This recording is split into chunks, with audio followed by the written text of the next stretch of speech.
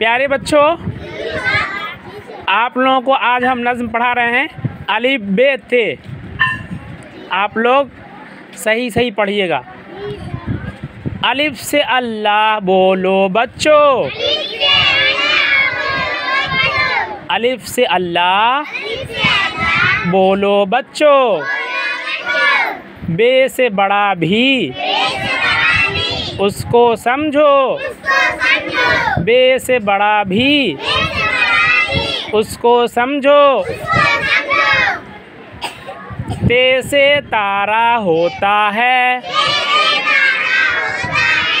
ते से तारा होता है। सबको प्यारा होता है। सबको प्यारा होता है।